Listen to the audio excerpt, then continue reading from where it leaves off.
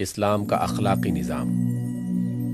یہ تقریر 6 جنوری 1948 کو ریڈیو پاکستان لاہور سے نشر کی گئی۔ انسان کے اندر اخلاقی حس ایک فطری حس ہے جو بعض صفات کو پسند اور بعض دوسری صفات کو ناپسند کرتی ہے۔ یہ حس انفرادی طور پر اشخاص میں چاہے کم و بیش ہو، مگر مجموعی طور پر انسانیت کے شعور نے اخلاق کے بعض اوصاف پر خوبی کا اور بعض پر برائی کا ہمیشہ یکساں حکم لگایا ہے۔ سچائی، انصاف، پاس عہد اور امانت کو ہمیشہ سے انسانی اخلاقیات میں تعریف کا مستحق سمجھا گیا ہے، اور کبھی کوئی ایسا دور نہیں گزرا جب جھوٹ، ظلم، بدعہدی اور خیانت کو پسند کیا گیا ہو۔ ہمدردی، رحم، فیاضی اور فراخ دلی کی ہمیشہ قدر کی گئی ہے، اور خود غرضی، سنگ دلی، بخل اور تنگ نظری کو کبھی عزت کا مقام حاصل نہیں ہوا۔ صبر و تحمل، اخلاق و بردباری، اولو العزمی و شجاعت ہمیشہ سے وہ اوصاف رہے ہیں جو داد کے مستحق سمجھے گئے ہیں، اور بے صبری، چھچھورپن، تلون مزاجی، پست حوصلگی اور بزدلی پر کبھی تحسین و آفرین کے پھول نہیں برسائے گئے۔ ضبط نفس، خودداری، شائستگی اور ملنساری کا شمار ہمیشہ سے خوبیوں ہی میں ہوتا رہا ہے،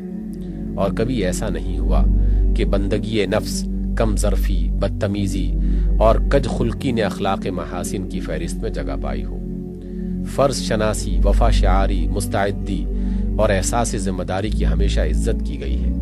اور فرض ناشناس، بے وفا، کام چور اور غیر ذمہ دار لوگوں کو کبھی اچھی نگاہ سے نہیں دیکھا گیا۔ اسی طرح اجتماعی زندگی کے اچھے اور برے اوصاف کے معاملے میں بھی انسانیت کا معاملہ تقریباً متفق علیہ ہی رہا ہے۔ قدر کی مستحق ہمیشہ وہی سوسائٹی رہی ہے جس میں نظم و انضباط ہو، تعاون اور امداد باہمی ہو، آپس کی محبت اور خیر خواہی ہو، اجتماعی انصاف اور معاشرتی مساوات ہو، تفرقہ، انتشار، بد نظمی، بے ضابطگی، نا اتفاقی، آپس کی بدخواہی، ظلم اور ناہمواری کو اجتماعی زندگی کے محاسن میں کبھی شمار نہیں کیا گیا۔ ایسا ہی معاملہ کردار کی نیکی و بدی کا بھی ہے۔ چوری، زنا، قتل، ڈاکہ، جعل سازی اور رشوت خوری کبھی اچھے افعال نہیں سمجھے گئے۔ بد زبانی، مردم آزاری، غیبت، چغل خوری، حسد، بہتان تراشی اور فساد انگیزی کو کبھی نیکی نہیں سمجھا گیا۔ مکار، متکبر، ریاکار، منافق، ہر دھرم اور حریص لوگ کبھی بھلے آدمیوں میں شمار نہیں کیے گئے۔ اس کے برعکس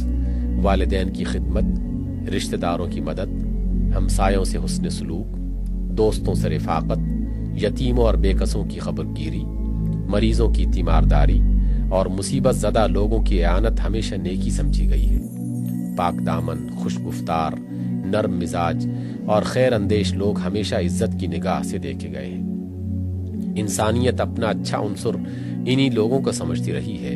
جو راست باز اور کھرے ہوں، جن پر ہر معاملہ میں اعتبار کیا جا سکے، جن کا ظاہر و باطن یکساں اور قول و فعل مطابق ہو، جو اپنے حق پر قانع اور دوسروں کے حقوق ادا کرنے میں فراخ دل ہوں، جو امن سے رہیں اور دوسروں کو امن دیں، جن کی ذات سے ہر ایک کو خیر کی امید ہو اور کسی کو برائی کا اندیشہ نہ ہو۔ اس سے معلوم ہوا کہ انسانی اخلاقیات دراصل وہ عالمگیر حقیقتیں ہیں جن کو سب انسان جانتے چلے آ رہے ہیں۔ نیکی اور بدی کوئی چھپی ہوئی چیز نہیں ہے کہ انہیں کہیں سے ڈھونڈ کر نکالنے کی ضرورت ہو۔ وہ تو انسان کی جانی پہچانی چیزیں ہیں جن کا شعور آدمی کی فطرت میں ودیت کیا گیا ہے۔ یہی وجہ ہے کہ قرآن مجید اپنی زبان میں نیکی کو معروف اور بدی کو منکر کہتا ہے، یعنی نیکی وہ چیز ہے جسے سب انسان بھلا جانتے ہیں، اور منکر وہ ہے جسے کوئی خوبی اور بھلائی کی حیثیت سے نہیں جانتا۔ اسی حقیقت کو قرآن مجید دوسرے الفاظ میں یوں بیان کرتا ہے، فَأَلْهَمَهَا فُجُورَهَا وَتَقْوَاهَا، یعنی نفس انسان کو خدا نے برائی اور بھلائی کی واقفیت الہامی طور پر عطا کر رکھی ہے۔ اخلاقی نظاموں میں اختلاف کیوں؟ اب سوال یہ ہے کہ اگر اخلاق کی برائی اور بھلائی جانی اور پہچانی چیزیں ہیں، اور دنیا ہمیشہ سے بعض صفات کے نیک اور بعض کے بد ہونے پر متفق رہی ہے، تو پھر دنیا میں یہ مختلف اخلاقی نظام کیسے ہیں؟ ان کے درمیان فرق کس بنا پر ہے؟ کیا چیز ہے جس کے باعث ہم کہتے ہیں کہ اسلام اپنا ایک مستقل اخلاقی نظام رکھتا ہے، اور اخلاق کے معاملے میں آخر اسلام کا وہ خاص عطیہ کنٹریبیوشن کیا ہے جسے اس کی امتیازی خصوصیت کہا جا سکے۔ اس مسئلے کو سمجھنے کے لیے جب ہم دنیا کے مختلف اخلاقی نظاموں پر نگاہ ڈالتے ہیں تو پہلی نظر میں جو فرق ہمارے سامنے آتا ہے وہ یہ ہے کہ مختلف اخلاقی صفات کو زندگی کے مجموعی نظام میں سمونے اور ان کی حد، ان کا مقام، ان کا مصرف تجویز کرنے اور ان کے درمیان تناسب قائم کرنے میں یہ سب ایک دوسرے سے مختلف ہیں۔ پھر زیادہ گہری نگاہ سے دیکھنے پر اس فرق کی وجہ یہ معلوم ہوتی ہے کہ دراصل وہ اخلاقی حسن و قبح کا معیار تجویز کرنے اور خیر و شر کے علم کا ذریعہ متعین کرنے میں مختلف ہیں، اور ان کے درمیان اس امر میں بھی اختلاف ہے کہ قانون کے پیچھے قوت نافذہ سینکشن کون سی ہے جس کے زور سے وہ جاری ہو، اور وہ کیا محرکات ہیں جو انسان کو اس قانون کی پابندی پر آمادہ کرے۔ لیکن جب ہم اس اختلاف کی کھوج لگاتے ہیں تو آخرکار یہ حقیقت ہم پر کھلتی ہے کہ وہ اصلی چیز جس نے ان سب اخلاقی نظاموں کے راستے الگ کر دیے ہیں یہ ہے کہ ان کے درمیان کائنات کے تصور، کائنات کے اندر انسان کی حیثیت اور انسانی زندگی کے مقصد میں اختلاف ہے، اور اسی اختلاف نے جڑ سے لے کر شاخوں تک ان کی روح، ان کے مزاج اور ان کی شکل کو ایک دوسرے سے مختلف کر دیا ہے۔ انسان کی زندگی میں اصل فیصلہ کن سوالات پر ہے؟ اس کائنات کا کوئی خدا ہے یا نہیں؟ ہے تو وہ ایک ہے یا بہت سے ہیں جن کی خدائی مانی جائے؟ ان کی صفات کیا ہیں؟ ہمارے ساتھ اس کا کیا تعلق ہے؟ اس نے ہماری رہنمائی کا کوئی انتظام کیا ہے یا نہیں؟ ہم اس کے سامنے جواب دہ ہیں یا نہیں؟ جواب دہ ہیں تو کس چیز کی جواب دہی ہمیں کرنی ہے؟ اور ہماری زندگی کا مقصد اور انجام کیا ہے جسے پیش نظر رکھ کر ہم کام کریں؟ ان سوالات کا جواب جس نوعیت کا ہوگا اسی کے مطابق نظام زندگی بنے گی، اور اسی کے مناسب حال نظام اخلاق ہوگا۔ اس مختصر گفتگو میں میرے لیے یہ مشکل ہے کہ دنیا کے نظام ہائے حیات کا جائزہ لے کر یہ بتا سکوں کہ ان میں سے کس کس نے ان سوالات کا کیا جواب اختیار کیا ہے، اور اس جواب نے ان کی شکل اور راستے کے تعین میں کیا اثر ڈالا ہے۔ میں صرف اسلام کے متعلق عرض کروں گا کہ وہ ان سوالات کا کیا جواب اختیار کرتا ہے اور اس کی بنا پر کس مخصوص قسم کا نظام اخلاق وجود میں آتا ہے۔ اسلام کا نظریہ زندگی اخلاق۔ اسلام کا جواب یہ ہے کہ اس کائنات کا خدا ہے، وہ ایک ہی خدا ہے، اسی نے اسے پیدا کیا ہے، وہی اس کا لا شریک مالک ہے، حاکم اور پروردگار ہے، اور اسی کی اطاعت پر یہ سارا نظام چل رہا ہے۔ وہ حکیم ہے، قادر مطلق ہے، کھلے اور چھپے کا جاننے والا ہے، سبوح قدوس ہے، یعنی عیب، خطا، کمزوری اور نقص سے پاک ہے، اور اس کی خدائی ایسے طریقے پر قائم ہے جس میں لاگ لپیٹ اور ٹیڑھ نہیں ہے۔ انسان اس کا پیدائشی بندہ ہے، اس کا کام یہی ہے کہ اپنے خالق کی بندگی و اطاعت کرے۔ اس کی زندگی کے لیے کوئی صورت بجز اس کے صحیح نہیں کہ وہ سراسر خدا کی بندگی ہو۔ اس کی بندگی کا طریقہ تجویز کرنا انسان کا اپنا کام نہیں، بلکہ یہ اس خدا کا کام ہے جس کا وہ بندہ ہے۔ خدا نے اس کی رہنمائی کے لیے پیغمبر بھیجے ہیں اور کتابیں نازل کی ہیں۔ انسان کا فرض ہے کہ اپنی زندگی کا نظام اس سرچشمہ ہدایت سے اخذ کرے۔ انسان اپنی زندگی کے پورے کارنامے کے لیے خدا کے سامنے جواب دہ ہے، اور یہ جواب دہی اسے دنیا میں نہیں بلکہ آخرت میں کرنی ہے۔ دنیا کی موجودہ زندگی دراصل امتحان کی مہلت ہے، اور جہاں انسان کی تمام سعی و کوشش اس مقصد پر مرکوز ہونی چاہیے کہ وہ آخرت کی جواب دہی میں اپنے خدا کے حضور کامیاب ہو۔ اس امتحان میں انسان اپنے پورے وجود کے ساتھ شریک ہے، اس کی تمام قوتوں اور قابلیتوں کا امتحان ہے، زندگی کے ہر پہلو کا امتحان ہے۔ پوری کائنات میں جس جس چیز سے جیسا کچھ بھی اس کو سابقہ پیش آتا ہے اس کی بے لاگ جانچ ہونی چاہیے کہ انسان نے اس کے ساتھ کیا معاملہ کیا، اور یہ جانچ وہ ہستی کرنے والی ہے جس نے زمین کے ذروں پر، ہوا پر اور پانی پر، کائناتی لہروں پر، اور خود انسان کے اپنے دل و دماغ اور دست و پا پر، اور اس کی حرکات و سکنات ہی کا نہیں، اس کے خیالات اور ارادوں تک کا ٹھیک ٹھیک ریکارڈ رکھا ہوا ہے۔ اخلاقی جد و جہد کا مقصود یہ ہے وہ جواب جو اسلام نے زندگی کے بنیادی سوالات کا دیا ہے۔ یہ تصور کائنات و انسان اس اصلی اور انتہائی بھلائی کو متعین کر دیتا ہے جس کو پہنچنا انسانی سعی و عمل کا مقصود ہونا چاہیے، اور وہ ہے خدا کی رضا۔ یہی وہ معیار ہے جس پر اسلام کے اخلاقی نظام میں کسی طرز عمل کو پرکھ کر فیصلہ کیا جاتا ہے کہ وہ خیر ہے یا شر۔ اس کے تعین سے اخلاق کو وہ محور مل جاتا ہے جس کے گرد پوری اخلاقی زندگی گھومتی ہے، اور اس کی حالت بے لنگر کے جہاز کی سی نہیں رہتی کہ ہوا کے جھونکے اور موجوں کے تھپیڑے اسے ہر طرف دوڑاتے پھریں۔ یہ تعین ایک مرکزی مقصد سامنے رکھ دیتا ہے جس کے لحاظ سے زندگی میں تمام اخلاقی صفات کی مناسب حدیں، مناسب جگہیں اور مناسب عملی صورتیں مقرر ہو جاتی ہیں، اور ہمیں وہ مستقل اخلاقی قدریں ہاتھ لگ جاتی ہیں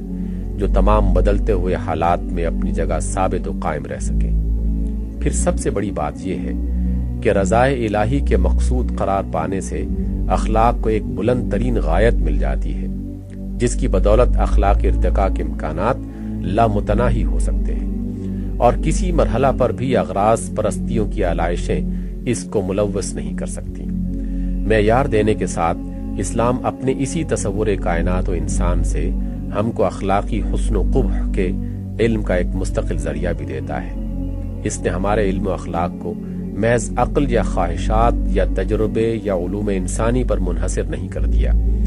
کہ ہمیشہ ان کے بدلتے ہوئے فیصلوں سے ہماری اخلاقی احکام بھی بدلتے رہیں اور انہیں کوئی پائیداری نصیب ہی نہ سکے، بلکہ وہ ہمیں ایک متعین ماخذ دیتا ہے، یعنی خدا کی کتاب اور اس کے رسول کی سنت، جس سے ہم کو ہر حال اور ہر زمانے میں اخلاقی ہدایات ملتی ہیں، اور یہ ہدایات ایسی ہیں کہ خانگی زندگی کے چھوٹے چھوٹے سے معاملات سے لے کر بین الاقوامی سیاست کے بڑے بڑے مسائل تک زندگی کے ہر پہلو اور ہر شعبے میں وہ ہماری رہنمائی کرتی ہیں۔ ان کے اندر معاملات زندگی پر اخلاق کے اصولوں کا وہ وسیع ترین انطباق، وائڈسٹ اپلیکیشن پایا جاتا ہے جو کسی مرحلہ پر کسی دوسرے ذریعہ علم کے احتیاج ہمیں محسوس نہیں ہونے دیتا۔ اخلاق کی پشت پر قوت نافذہ۔ پھر اسلام کے اسی تصور کائنات و انسان میں وہ قوت نافذہ بھی ہے جس کا قانون اخلاق کی پشت پر ہونا ضروری ہے، اور وہ ہے خدا کا خوف، آخرت کی باز پرس کا اندیشہ اور ابدی مستقبل کی خرابی کا خطرہ۔ اگرچہ اسلام ایک ایسی طاقتور رائے عام بھی تیار کرنا چاہتا ہے جو اجتماعی زندگی میں اشخاص اور گروہوں کو اصول اخلاق کی پابندی پر مجبور کرنے والی ہو، اور ایک ایسا سیاسی نظام بھی بنانا چاہتا ہے جس کا اقتدار اخلاقی قانون کو بزور نافذ کرے، لیکن اس کا اصل اعتماد اسی خارجی دباؤ پر نہیں بلکہ اس اندرونی دباؤ پر ہے جو خدا اور آخرت کے عقیدے میں مضمر ہے۔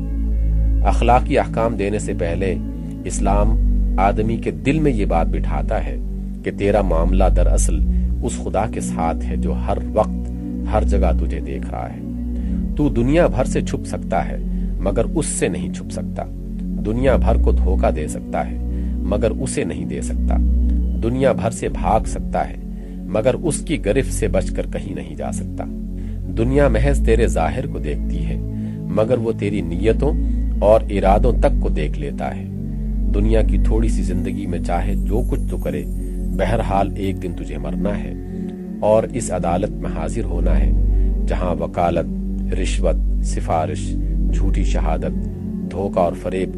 کچھ نہ چل سکے گا، اور تیرے مستقبل کا بے لاگ فیصلہ ہو جائے گا۔